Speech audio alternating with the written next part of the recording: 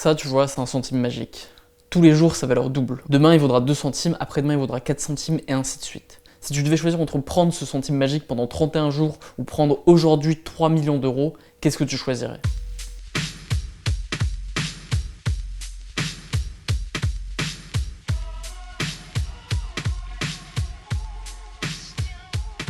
Les gens qui comprennent l'effet cumulé choisissent le centime magique. Dans 31 jours, ce centime magique vaudra 10 millions d'euros.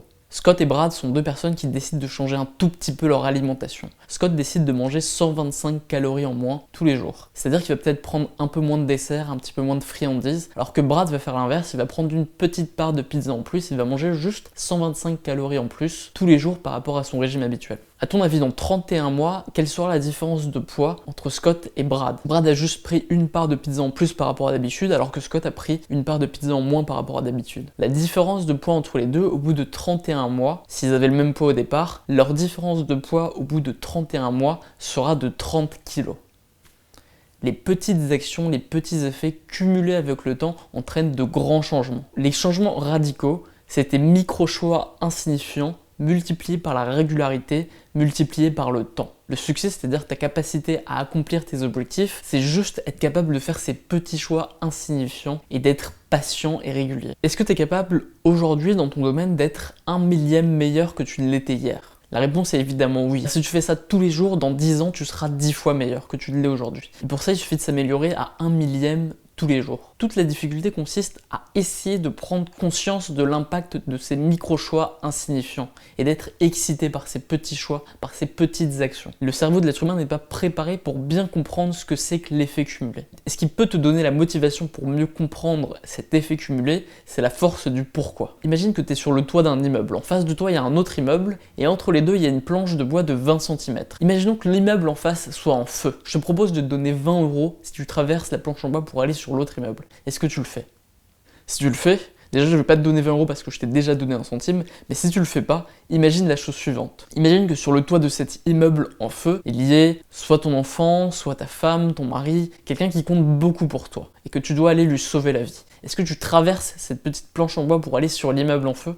Si t'as un cœur, la réponse est normalement oui, même si je te donne pas les 20 €. Parce que la motivation d'aller sauver la vie de quelqu'un qui compte pour toi rend cette action difficile et effrayante beaucoup plus facile. Et tu dois, si tu veux avoir du succès dans un domaine, avoir un pourquoi extrêmement important et qui te fait réaliser la nécessité de ces petites actions, de ces micro-choix insignifiants qui au fur et à mesure des mois et des années ont un effet cumulé considérable. Ce moment où tu décides de boire de l'eau plutôt que de prendre un soda, ce moment où tu décides de laver une assiette plutôt que de laisser s'accumuler à la vaisselle, quand tu décides de partir quelques minutes plus tôt de chez toi pour arriver en avance, tous ces petits choix, au fur et à mesure des années, vont changer ta vie radicalement. Mais tu dois savoir aussi que la puissance de l'effet cumulé, elle marche dans les deux sens. Avec 125 calories en moins, tu vas perdre 15 kilos dans 31 mois, mais tu peux aussi prendre 15 kilos. Pour facilement éliminer ces petites mauvaises habitudes qui s'accumulent au cours du temps, il faut que tu identifies tes déclencheurs d'habitudes. Ces mauvaises habitudes, ça peut être des mauvaises habitudes alimentaires, des mauvaises habitudes mentales, le fait d'avoir des pensées négatives, le fait de se plaindre, le fait de laisser s'accumuler des tâches à faire. Tu dois identifier quand est-ce que ces mauvaises habitudes arrivent, avec qui tu es quand ça arrive, où est-ce que tu te trouves quand ça arrive, et surtout pourquoi,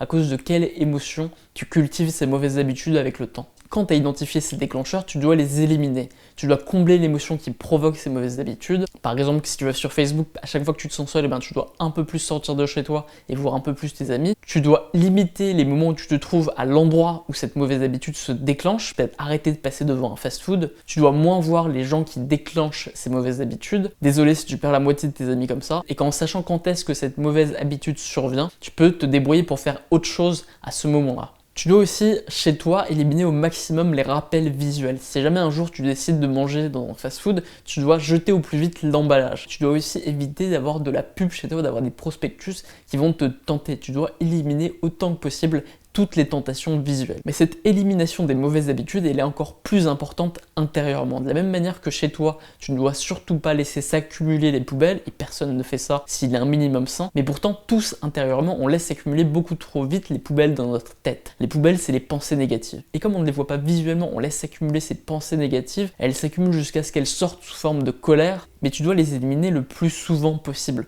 Sors les poubelles de ta tête tous les jours. Si tu ne le fais pas, même si tu ne vois pas la différence aujourd'hui, dans une semaine ou dans un mois, dans 31 mois, ta vie sera radicalement changée. En cultivant les bonnes habitudes dans ta vie, tu auras plus de chances de recevoir Monsieur Mo chez toi. Monsieur Mo, c'est Monsieur Momentum. Les gens qui ont eu beaucoup de succès dans la vie sont tous, sans exception, des bonnes connaissances de Monsieur Mo. Ce sont tous les amis de Mo. Mo, ou le momentum, c'est cette capacité à rentrer dans un cours d'action extrêmement intense. Michael Phelps, qui a gagné 8 fois la médaille d'or aux Jeux Olympiques, a réussi parce qu'il était très proche de Monsieur Mo. Il s'entraînait tous les jours de manière acharnée, et une fois qu'il a pris ce momentum qui lui permettait de gagner, il a fait en sorte de ne surtout pas le perdre. Une fois que Monsieur Mo est arrivé chez toi, tu dois tout faire pour lui donner envie de rester. Et pour ça, il faut cultiver des bonnes habitudes, s'entraîner tous les jours sans exception. Michael Phelps, par exemple, a pu quitter son entraînement 15 minutes plus tôt une seule fois dans sa vie et il s'en rappelle encore. Tu dois avoir la même mentalité d'affiche si tu veux avoir du succès dans ta vie sur le long terme. Évidemment, tu ne verras pas les effets du jour au lendemain, dans la semaine ou dans le mois, mais d'un seul coup, au bout de quelques mois, au bout de quelques années, l'effet cumulé sera évident et va changer radicalement ta vie. Pour cultiver le momentum et garder Monsieur Mo chez toi, tu dois faire attention et te méfier des pauses, des vacances et de la mentalité de la jachère dont on a déjà parlé dans la vidéo d'hier. Vous venez de voir mon résumé du livre The Compound Effects de Darren Hardy, donc c'est un classique du développement personnel, un peu vieille école, c'est un très bon livre. Je le conseille vraiment parce qu'il est motivant, c'est pas un livre très dense ou très riche intellectuellement, mais voilà, c'est bien écrit, ça se lit facilement, il y a des petits schémas comme ça qui motivent et c'est vrai que c'est un livre qui est vraiment central, qui parle d'un truc extrêmement simple qui est l'impact des toutes petites actions sur notre vie sur le long terme. Et il faut lire au moins un livre là-dessus, je pense, pour bien s'en imprégner, bien le comprendre. C'est dur de se faire rentrer dans la tête que c'est le fait de méditer 10 minutes, de faire quelques petits exercices, de boire de l'eau